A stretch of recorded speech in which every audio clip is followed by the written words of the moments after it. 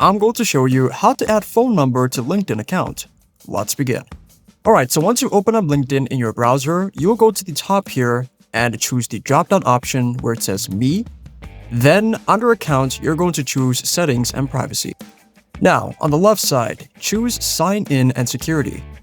Under Account Access, choose the second option which says Phone Numbers.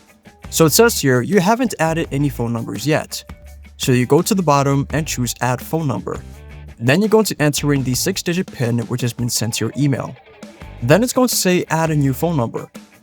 To change the country code, you will go to where it says Country, you're going to click on it, and then you're going to choose the country in which your account originates from, or where you're currently located. Then where it says Phone Number, you're going to enter in your phone number. Then you're going to be prompted to enter in your LinkedIn password. After choosing Send Code, they're going to send you a verification code on a new number. Then you have to open your phone, then go to your messages and look for the 6-digit PIN. And there you go. That is how you can add in a phone number to your LinkedIn profile.